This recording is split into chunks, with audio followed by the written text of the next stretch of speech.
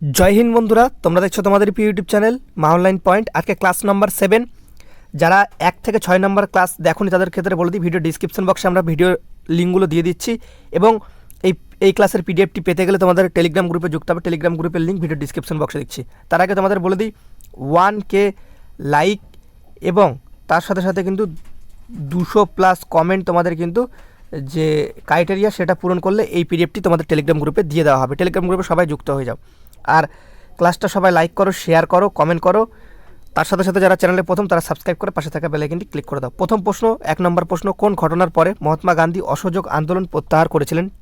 চৌরি চৌরা ঘটনা, রাওলাট আইন, জালিয়ানওয়ালাবাগ হত্যাকাণ্ড, ডান্ডি পদযাত্রা। খুবই গুরুত্বপূর্ণ। কোন ঘটনার পরে মহাত্মা গান্ধী, দেখো তোমাদের এখানে এগুলো WP, তারপর হচ্ছে তোমাদের KP, তারপর WBCS, ওকে, SSC, রেলওয়ে, যে কোনো এক্সাম দাও না কেন সবগুলোর ক্ষেত্রেই খুবই গুরুত্বপূর্ণ। তো সঠিক উত্তর হবে কিন্তু কোন ঘটনার পরে মহাত্মা গান্ধী অসহযোগ আন্দোলন প্রত্যাহার করেছিলেন? চৌরি চৌরা ঘটনা। দেখো একদম এক্সপ্লেনেশন দিয়ে তোমাদের ক্লাসগুলো সুন্দরভাবে বোঝানো রয়েছে। অসহযোগ আন্দোলন 1920 সালে রাওলাট আইন এবং জালিয়ানওয়ালাবাগের হত্যাকাণ্ডের প্রত্যুত্তরে এই আন্দোলন কিন্তু উদ্ভব হয়েছিল। তাহলে কত সালে? 1920 সালে রাওলাট আইন এবং জালিয়ানওয়ালাবাগের হত্যাকাণ্ডের প্রত্যুত্তরে। এটি গান্ধীজির দ্বারা আয়োজিত প্রথম বৃহৎ আকারের আন্দোলন ছিল এবং যেহেতু তিনি মুসলিমদের খিলাফত আন্দোলনের সমর্থন করেছিলেন তাই আন্দোলনটি অধিক শক্তি কিন্তু অর্জন করেছিল। চৌরি চৌরা ঘটনা সম্পর্কে আমরা একটু কিছু জেনে নিই। কিছু লোক গান্ধীজির বার্তাকে অন্যভাবে গ্রহণ করে এবং গোরক্ষপুরের নিকটে চৌরি চৌরা নামে একটি জায়গায় পুলিশ কর্মীদের সাথে সংঘর্ষ করে, তারপর সহিংসতার আশ্রয় কিন্তু নেয়। 1922 সালে ফেব্রুয়ারি মাসে যারা বিক্ষোভ করেছিলেন তাদের পুলিশ মারধর করে এবং তাদের অনেক নেতাকে চৌরি চৌরা থানায় কিন্তু গ্রেপ্তার করে আটক করা হয়। ঠিক আছে, পরিস্থিতিতে নিয়ন্ত্রণের বাইরে চলে যেতে দেখে গান্ধীজি 1922 সালে 12 ফেব্রুয়ারি অসহযোগ আন্দোলন রদ করার সিদ্ধান্ত নেয়। তাহলে এখান থেকে তোমাদের প্রশ্ন হতে পারে যে অসহযোগ আন্দোলন কত সালে রদ করার সিদ্ধান্ত নেয় গান্ধীজি? 1922 সালে 12 ফেব্রুয়ারি। ঠিক আছে, তো এগুলো কিন্তু তোমাদের কিন্তু মুখস্থ রাখতে হবে। রাওলাট আইন এবং জালিয়ানওয়ালাবাগের হত্যাকাণ্ড ঘটনাটি 1919 সালে 13 এপ্রিল ঘটেছিল। গান্ধীজি এবং তার অনুগামীদের রাওলাট আইনের বিরুদ্ধে প্রতিবাদ করার সিদ্ধান্ত নিয়েছিল, যা ব্রিটিশদের কোনো বিচার ছাড়াই যে কোনো ব্যক্তিকে গ্রেপ্তার করার ক্ষমতা দিয়েছিল। জেনারেল ডায়ার শান্তিপূর্ণ বিক্ষোভকারীদের ওপর গুলি চালানোর আদেশ দিয়ে শত শত লোককে কিন্তু হত্যা করেছিল। কে? General Dyer. ঠিক আছে, রাওলাট আইন এবং জালিয়ানওয়ালাবাগের হত্যাকাণ্ড তাহলে কত সালে হয়েছিল? 1919 সালে 13 এপ্রিল ঘটেছিল। ওকে, ডান্ডি পদযাত্রা, এটি লবণ সত্যাগ্রহ নামে পরিচিত। 1930 সালে 12 মার্চ সবরমতী আশ্রম থেকে পদযাত্রা শুরু হয় এবং 1930 সালে 6 এপ্রিল ডান্ডিতে পৌঁছে শেষ হয়। পদযাত্রাটি ছিল ব্রিটিশ লবণের একাধিকারের বিরুদ্ধে। ঠিক আছে, ডান্ডি যাত্রা সম্পর্কে তোমরা জেনে নিলে। ওকে, স্বাধীনতা সংগ্রামী সুভাষচন্দ্র বসু মহাত্মা গান্ধীকে প্রথমবার জাতির জনক হিসেবে কিন্তু সম্বোধন করেছিলেন। তাহলে সুভাষচন্দ্র বসু গান্ধীজিকে কী বলে ডাকতেন? জাতির জনক। এইভাবে কিন্তু পরীক্ষায় প্রশ্ন তোমাদের হতে পারে। ঠিক আছে, মহাত্মা গান্ধী সম্পর্কে অনেক কিছু হিডেন ইনফরমেশন তোমাদের দেওয়া রয়েছে এখানে। ঠিক আছে, যেমন তিনি 2 অক্টোবর 1869-তে পোরবন্দরে জন্মগ্রহণ করেন। তিনি একজন রাজনীতিবিদ, আইনজীবী, লেখক এবং সামাজিক কর্মী কিন্তু ছিলেন। আসল নাম মোহনদাস করমচাঁদ গান্ধী। তার বাবার নাম হচ্ছে করমচাঁদ গান্ধী। তিনি ছিলেন গুজরাটের পোরবন্দরের দেওয়ান এবং পুতলিবাই গান্ধী ছিলেন মহাত্মা গান্ধীর মা। তো মহাত্মা গান্ধীর মা কে ছিলেন? পুতলিবাই গান্ধী। এটাও কিন্তু পরীক্ষায় তোমাদের দিতে পারে। বা মহাত্মা গান্ধীর বাবা কে ছিল? তাহলে কিন্তু হবে কিন্তু করমচাঁদ গান্ধী। ঠিক আছে, তো এখানে তোমাদের কস্তরবা গান্ধী মহাত্মা গান্ধীর স্ত্রী হিসেবে পরিচিত ছিল। তাহলে মহাত্মা গান্ধীর স্ত্রী কে ছিলেন? কস্তরবা গান্ধী। তিনি ব্রিটিশদের বিরুদ্ধে সত্যাগ্রহ নামে অহিংসা কৌশল কিন্তু চালু করেছিল কে? গান্ধীজি। তার প্রথম সত্যাগ্রহ ছিল 1917 সালে চম্পারণ সত্যাগ্রহ। ঠিক আছে, ভারতীয় স্বাধীনতা আন্দোলনে তার অবদানের কারণে তিনি জাতির জনক হিসেবে পরিচিত ছিলেন। খেলাফত আন্দোলন, অসহযোগ আন্দোলন, লবণ অভিযান এবং ভারত ছাড়ো আন্দোলন হলো স্বাধীনতা সংগ্রামের সময় শুরু হওয়া মহাত্মা গান্ধীর সবচেয়ে জনপ্রিয় আন্দোলন। তাহলে গান্ধীজির আন্দোলনগুলো দেখে নাও: খেলাফত আন্দোলন, অসহযোগ আন্দোলন, লবণ অভিযান এবং ভারত ছাড়ো আন্দোলন। ঠিক আছে, রবীন্দ্রনাথ ঠাকুর তাকে মহাত্মা বলে ডাকতেন কিন্তু। ঠিক আছে, আত্মজীবনী মাই এক্সপেরিমেন্টস উইথ দ্য ট্রুথ, এটা হচ্ছে কিন্তু মহাত্মা গান্ধীর আত্মজীবনী। 1948 সালে 30 জানুয়ারি তাকে হত্যা করা হয়েছিল। কাকে? মহাত্মা গান্ধীজিকে। কে হত্যা করেছিল, তার ঘাতক ছিলেন কিন্তু নাথুরাম গডসে। এটা পরীক্ষায় দেয়, গান্ধীজিকে হত্যা কে করেছিল। ঠিক আছে, তার সঠিক উত্তর হবে নাথুরাম গডসে। দ্বিতীয় নম্বর প্রশ্নটা খুবই গুরুত্বপূর্ণ, তোমরা কমেন্ট সেকশনে উত্তরটা দেওয়ার চেষ্টা করো। গৌতম বুদ্ধের জন্মস্থান কোথায়? লুম্বিনী, বুদ্ধগয়া, সমত, তক্ষশিলা। যদি এই ক্লাসের পিডিএফ পেতে চাও 1কে লাইক কমপ্লিট করো, কারণ এগুলো প্রচুর পরিমাণে খাটনি করে বানাতে হয়। 200+ কমেন্ট তোমরা কিন্তু কমপ্লিট করতে পারো। 1K 2K ভিউসে কিন্তু এগুলো কমপ্লিট হয়ে যায়। ঠিক আছে, গৌতম বুদ্ধের জন্মস্থান কোথায়? সেটা হবে কিন্তু লুম্বিনী। যাদের যাদের ভালো লাগছে ক্লাসটা লাইক, শেয়ার, কমেন্ট এবং চ্যানেলে প্রথম হলে সাবস্ক্রাইব অবশ্যই করো। সিদ্ধার্থ গৌতম ভগবান বুদ্ধ 563 খ্রিস্টপূর্বাব্দে লুম্বিনীর বিখ্যাত উদ্যানে কিন্তু জন্মগ্রহণ করেছিলেন, যা শীঘ্রই তীর্থস্থানে কিন্তু পরিণত হয়েছিল। তীর্থযাত্রীদের মধ্যে ছিলেন ভারতীয় সম্রাট অশোক, যিনি সেখানে তার একটি স্মারক স্তম্ভ কিন্তু স্থাপন করেছিলেন। ঠিক আছে, 3 নম্বর প্রশ্ন খুবই গুরুত্বপূর্ণ, ভিটামিন এর অভাবে কোন রোগ হয়? সঠিক উত্তরটি তোমরা কমেন্ট সেকশনে দেওয়ার চেষ্টা করো। চুল পড়া, স্কারভি, রাতকানা রোগ হয়। তো কোনটা হবে? সেটা হবে কিন্তু ভিটামিন এর অভাবে কিন্তু তোমাদের option C is the right answer. রাতকানা রোগ কিন্তু তোমাদের হয়ে থাকে। ভিটামিন এর অভাবে যে রোগগুলো হয় সেগুলো তোমরা একবার স্ক্রিনে দেখে নাও।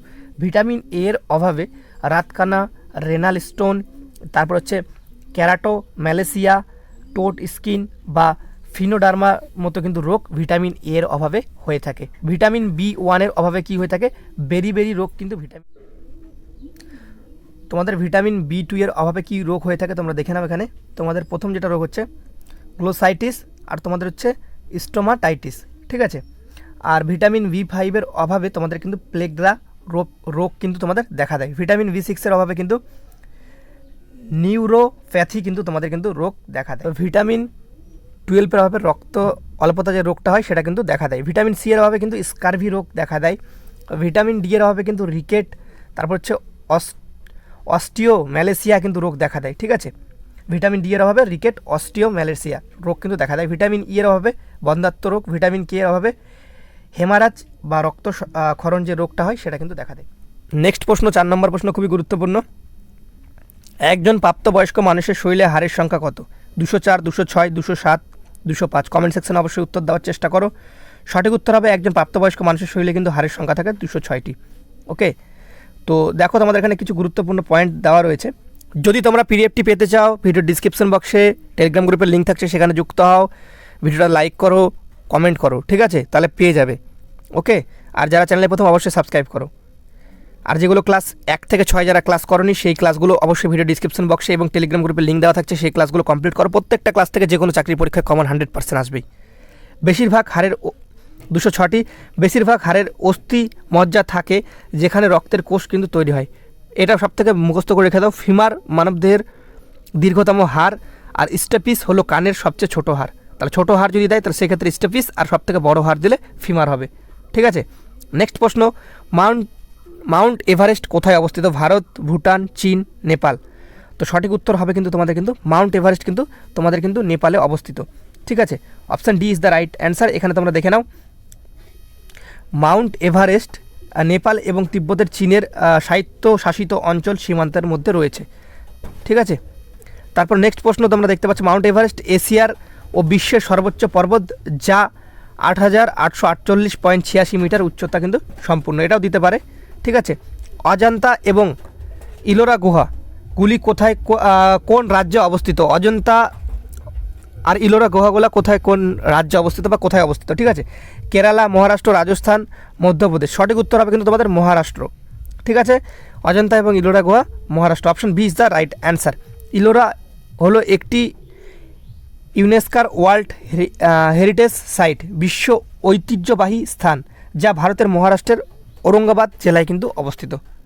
ঠিক আছে, মানবদেহে স্বাভাবিকভাবে কোষের ক্রোমোজোমের সংখ্যা কত? 43, 46, 45, 44। সঠিক উত্তরটি হবে 46টি। এখানে হিডেন পয়েন্টগুলো তোমাদের দেওয়া রয়েছে, সেগুলো একবার দেখে নাও। মানবদেহে মোট 46টি ক্রোমোজোম অর্থাৎ 23 জোড়া ক্রোমোজোম রয়েছে। মানবদেহে প্রতিটি কোষে এই জাতীয় ক্রোমোজোম 23 জোড়া থাকে। আমাদের ডিপ্লয়েড সংখ্যা 46, হ্যাপ্লয়েড সংখ্যা 23 জোড়ার মধ্যে 22টি অটোজোম হিসাবে কিন্তু পরিচিত। এখান থেকেও প্রশ্ন হতে পারে 23 জোড়ার মধ্যে অটোজোম কতটি পরিচিত? 22টি। ঠিক আছে, মহিলাদের এক জোড়া এক্স ক্রোমোজোম এবং পুরুষদের ক্ষেত্রে এক্স এবং ওয়াই ক্রোমোজোম থাকে। ঠিক আছে, তোমরা জানো আশা করি এগুলো। নিচের বিজ্ঞানীদের মধ্যে কে ডিনামাইট আবিষ্কার করেন? খুবই গুরুত্বপূর্ণ। ঠিক আছে, আলফ্রেড নোবেল। তোমরা একবার উত্তরটা দেওয়ার চেষ্টা করো। তো নিচের বিজ্ঞানীদের মধ্যে কে ডিনামাইট আবিষ্কার করেন? Alfred Nobel. সুইডিশ বিজ্ঞানী আলফ্রেড বার্নহার্ট নোবেল, যিনি নোবেল পুরস্কার প্রতিষ্ঠিত করেছিলেন তিনি 1867 সালে ডিনামাইট আবিষ্কার করেছিলেন। ঠিক আছে, কত সালে? 1867 সালে। ওকে। ভিক্টোরিয়া জলপ্রপাত কোথায় অবস্থিত? মার্কিন যুক্তরাষ্ট্র, ব্রিটেন। তারপর তোমরা দেখে নাও এখানে ভিক্টোরিয়া জলপ্রপাত ফ্রান্স, আফ্রিকা। তো সঠিক উত্তর আফ্রিকা হবে। ভিক্টোরিয়া জলপ্রপাত আফ্রিকাতে অবস্থিত। এটি জামবেজি নদীর উপর অবস্থিত। রানী ভিক্টোরিয়ার নামে নামকরণ করা হয়েছিল। সর্বোচ্চ জলপ্রপাত হলো দক্ষিণ আমেরিকার ভেনেজুয়েলার অ্যাঞ্জেল জলপ্রপাত।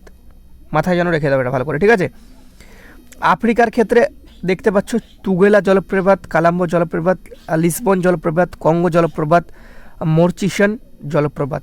আর ব্রিটেনের ক্ষেত্রে প্রিস্টিল রিডার, আইরো ফোর্স জলপ্রপাত, ক্যান্টেন জলপ্রপাত, কলড্রুন স্নাইট জলপ্রপাত, কটলি স্প্রাইট জলপ্রপাত। ঠিক আছে, ফ্রান্সের ক্ষেত্রে গারভানি জলপ্রপাত, সিল্যান্স জলপ্রপাত, সোটা ডেট জলপ্রপাত।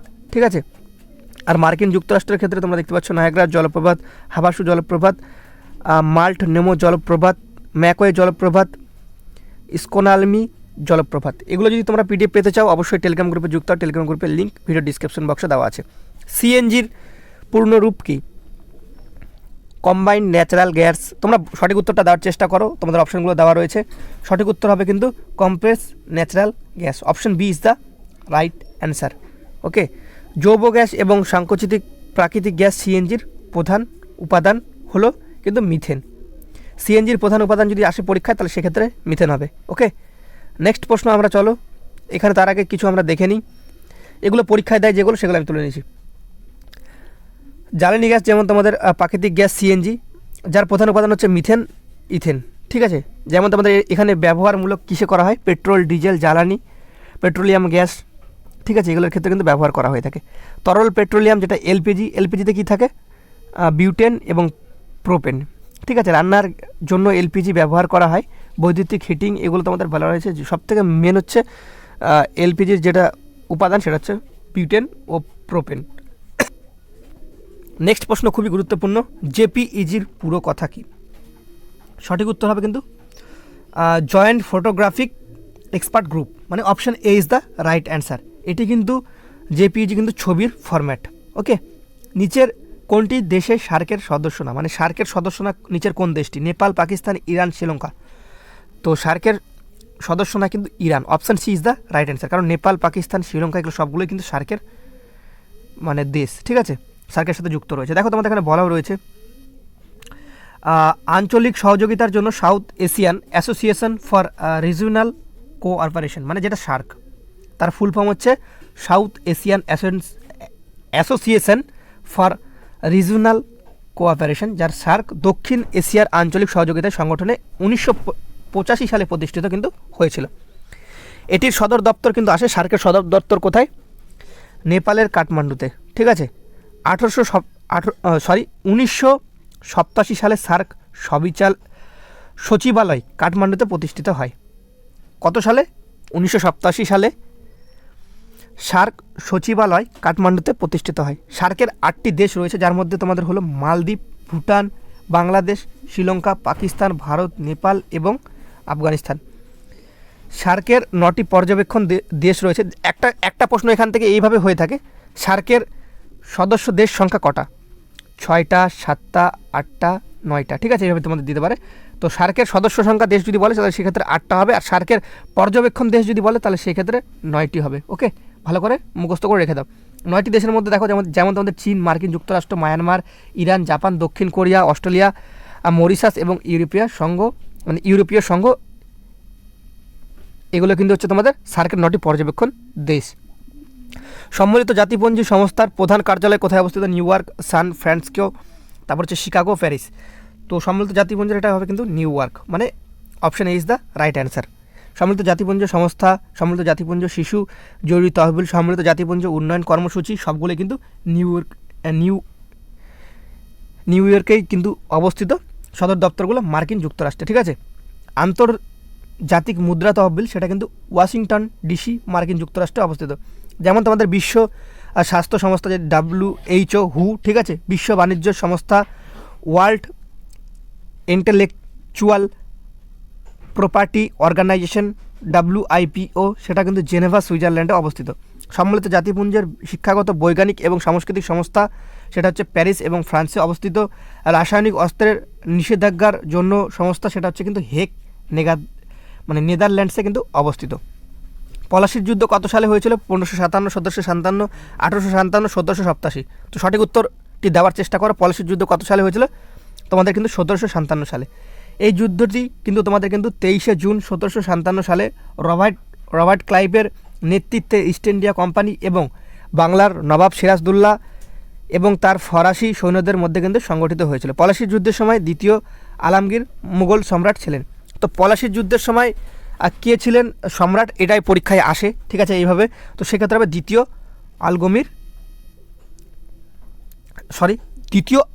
আলমগীর মুঘল সম্রাট, এটা কিন্তু পরীক্ষায় দেয়। ঠিক আছে, যেগুলো পরীক্ষায় দেয় সেগুলো আমি হিডেন পয়েন্ট করে উঠিয়ে দিয়েছি। কতগুলি দেশের সাথে ভারতের সীমানা রয়েছে? 4টি, 5টি, 7টি, 9টি। তো সঠিক উত্তর কতগুলি দেশের সাথে ভারতের সীমানা? 7টি। খুবই গুরুত্বপূর্ণ, option C is the right answer. 7টি দেশ কী কী সেটা আমি কিন্তু তোমাদের এখানে তুলে ধরেছি। তো যারা চ্যানেলটা সাবস্ক্রাইব করোনি অবশ্যই সাবস্ক্রাইব করো, ভিডিওটা ভালো লাগলে লাইক করো, 1K লাইক আর হচ্ছে তোমাদের 200+ কমেন্টে তোমাদের এই পিডিএফটা আমরা ফ্রিতে তোমাদের টেলিগ্রাম গ্রুপে আপলোড করে দেবো। তোমাদের পিডিএফ যদি পাওয়ার ইচ্ছা থাকে তাহলে কমেন্ট করো। 7টি দেশের সাথে ভারত তার সীমানা ভাগ করে নিয়েছে। এগুলি যথাক্রমে হচ্ছে মায়ানমার, পাকিস্তান, নেপাল, আফগানিস্তান, ভুটান, চীন এবং বাংলাদেশ। একটা পিডিএফ বানাতে 3 থেকে 4 ঘন্টা সময় নষ্ট হয়। তোমাদের ভালোর জন্য করি, তোমরা কেউ লাইক, শেয়ার, কমেন্ট, সাবস্ক্রাইবও কেউ করো না। মনে হয় তোমাদের কাছ থেকে সম্পত্তি নিয়ে নিচ্ছি। সমুদ্রগুপ্তের সভাকবি কে ছিলেন? বানভট্ট, হরিসেন, চাঁদ, বড়দাই, ভবভূতি। তো সঠিক উত্তর সমুদ্রগুপ্তের সভাকবি ছিলেন কিন্তু Harisena. Option B is the right answer. Harisena ছিলেন গুপ্ত সম্রাট, সমুদ্রগুপ্তের সভাকবি। এলাহাবাদ স্তম্ভের শিলালিপিটি প্রয়াগ প্রশস্তি নামে কিন্তু পরিচিত। ঠিক আছে, যেগুলো হিডেন পয়েন্ট। বানভট্ট ছিলেন রাজা হর্ষবর্ধনের সভাকবি। ঠিক আছে, আর চাঁদ, বড়দাই পৃথ্বীরাজ চৌহানের সভাকবি ছিলেন। আর ভবভূতি ছিলেন কিন্তু কৌনজের রাজা যশোবর্মনের রাজসভার কবি। ঠিক আছে, এটা খুবই গুরুত্বপূর্ণ। ভারতে ব্যাঘ্র প্রকল্প কত সালে শুরু হয়েছিল? 1992 সালে, 1979 সালে, 1982 সালে, 1973 সালে। ভারতের ব্যাঘ্র প্রকল্প সেটা হবে কিন্তু 1973 সালে। Option D is the right answer. এখানে তারিখটাও বলা রয়েছে। এটি 1 এপ্রিল 1973 সালে চালু হয়েছিল, বা টাইগার রিজার্ভ যেটাকে বলে ভারতের ব্যাঘ্র প্রকল্প সেটা। এটি উত্তরাখণ্ডে অবস্থিত জিম করবেট জাতীয় উদ্যান থেকে প্রথম চালু করা হয়েছিল। তাহলে ভারতের ব্যাঘ্র প্রকল্প কোথা থেকে প্রথম চালু করা হয়েছিল? উত্তরাখণ্ডে অবস্থিত জিম করবেট থেকে কিন্তু এই যে প্রকল্প সেটা কিন্তু চালু করা হয়েছিল। এইভাবেও দিতে পারে ভারতের ব্যাঘ্র প্রকল্পের মোট সংখ্যা কটি? তাহলে প্রকল্পের সংখ্যা কিন্তু মোট 52টি বর্তমানে। ঠিক আছে, তো ভারতের বৃহত্তম ব্যাঘ্র প্রকল্পটি কী রয়েছে? ভারতের বৃহত্তম ব্যাঘ্র প্রকল্পটি কী রয়েছে এভাবে দিতে পারে? নাগার্জুন সাগর শ্রীশৈলম ব্যাঘ্র প্রকল্প। ঠিক আছে, আর ভারতের ক্ষুদ্রতম ব্যাঘ্র প্রকল্পটি কি? সেটা হবে কিন্তু বোর ব্যাঘ্র প্রকল্প। ওকে, আর সুন্দরবন এবং বক্সা ব্যাঘ্র প্রকল্প পশ্চিমবঙ্গে কিন্তু অবস্থিত। পশ্চিমবঙ্গে অবস্থিত ব্যাঘ্র প্রকল্পের নাম কিন্তু এভাবে দিতে পারে, সুন্দরবন এবং বক্সা ব্যাঘ্র প্রকল্পটা কিন্তু পশ্চিমবঙ্গে অবস্থিত। নিম্নলিখিত কোন কবি নিরালা ছদ্মনামে ব্যবহার করতেন, বা নিরালা ছদ্মনাম কে ব্যবহার করতেন? সেটা হবে কিন্তু সঠিক উত্তর সূর্যকান্ত ত্রিপাঠী। ঠিক আছে, এখানে ছদ্মনামের লিস্ট একদম বড় করে দেওয়া রয়েছে, যেরকম তোমাদের অনিলা দেবী শরৎচন্দ্র চট্টোপাধ্যায়। ঠিক আছে, ভানু সিংহ কিন্তু তোমাদের রবীন্দ্রনাথ ঠাকুর। তারপর হচ্ছে তোমাদের ধূমকেতু, সেটা কিন্তু কাজী নজরুল ইসলাম। কমলাকান্ত বঙ্কিমচন্দ্র চট্টোপাধ্যায়। তাতা হচ্ছে সুকুমার রায়। কালপুরুষ বা সুপাস্ত সেটা দেখতে পাচ্ছ সুবোধ ঘোষ। কীর্তিবাস প্রেমেন্দ্র মিত্র। কচ্ছিত পৌত্র সেটা হচ্ছে কিন্তু বিভূতিভূষণ বন্দ্যোপাধ্যায়। নীললোহিত তোমাদের সুনীল গঙ্গোপাধ্যায়। মৌমাছি বিমল ঘোষ। হাবু শর্মা তারাশঙ্কর বন্দ্যোপাধ্যায়। হুতুম পেঁচা কালীপ্রসন্ন সিংহ।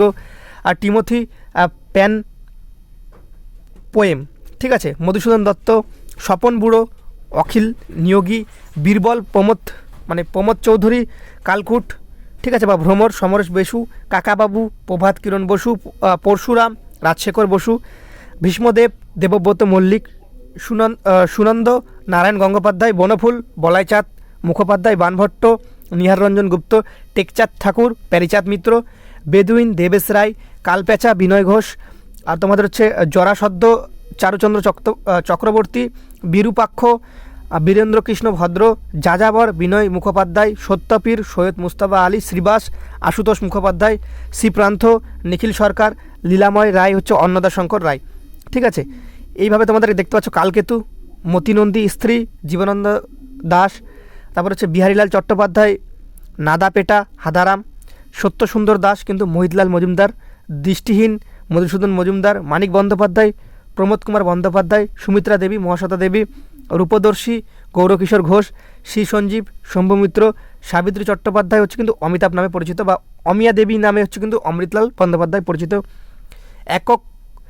এক কলমী নামে কিন্তু পরিমল গোস্বামী পরিচিত, উদয় ভানু, প্রান্তোষ ঘটক, কনিষ্ক, রাম বসু, গৌর মল্লার, কালকেতু, শরৎচন্দ্র বন্দ্যোপাধ্যায়, মতিনন্দী দেখতে পাচ্ছ, শ্রী জীবনানন্দ দাস, আর হচ্ছে বিহারীলাল চট্টোপাধ্যায়, নাদাপেটা হাদারাম, সত্যসুন্দর দাস, মোহিতলাল মজুমদার, দৃষ্টিহীন মধুসূদন মজুমদার, মানিক বন্দ্যোপাধ্যায়, প্রমোদ কুমার বন্দ্যোপাধ্যায়, সুমিত্রা দেবী, মহাশ্বেতা দেবী, রূপদর্শী গৌরকিশোর ঘোষ, শ্রী সঞ্জীব, শম্ভুমিত্র, অমিতাভ, সাবিত্রী চট্টোপাধ্যায়, অমিয়া দেবী, অমিতলাল বন্দ্যোপাধ্যায়। এগুলো তোমাদের হচ্ছে কিন্তু যে ছদ্মনাম। ঠিক আছে, ছদ্মনাম এবং তার নামগুলো বহুত দেওয়া রয়েছে।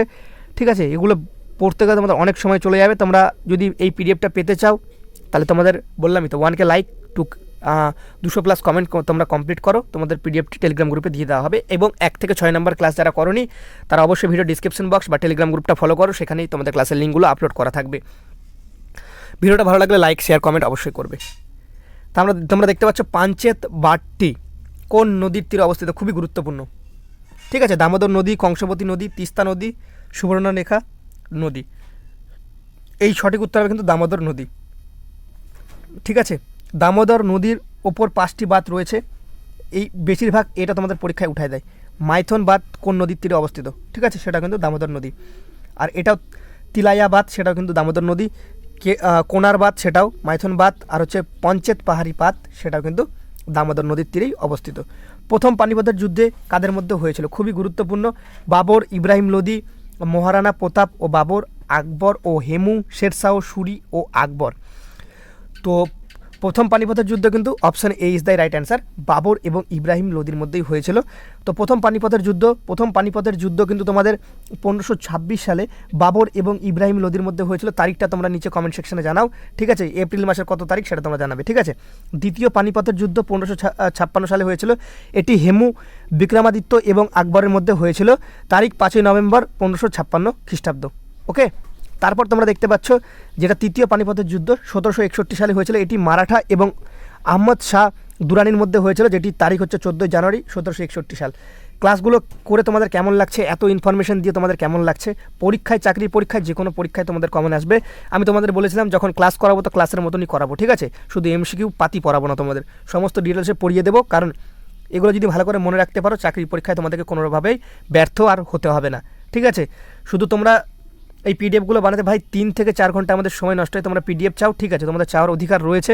বাট আমাদের যে মানে তোমাদের জন্য যে সময়টা আমরা তোমাদের জন্য খাটি, সেই সময়ের দাম তো অবশ্যই দাও। 1K লাইক করো, 200+ কমেন্ট করো। আমি তোমাদের কথা দিচ্ছি টেলিগ্রাম গ্রুপে এই পিডিএফটা আমরা তোমাদের আপলোড করে দেবো। আর যারা চ্যানেলে প্রথম অবশ্যই সাবস্ক্রাইব করে পাশে থাকা বেল আইকনটি ক্লিক করে দেবো। তো সেই কারণে তোমরা ভিডিওটা বারবার বন্ধুদের মাঝে শেয়ার, কমেন্ট এবং লাইক করার চেষ্টা করো, তাহলে ভিডিওটা ভাইরাল হয়ে যাবে। ঠিক আছে, সবাই ভালো থেকো, সুস্থ থেকো। জয় হিন্দ, জয় ভারত, বন্দে মাতরম।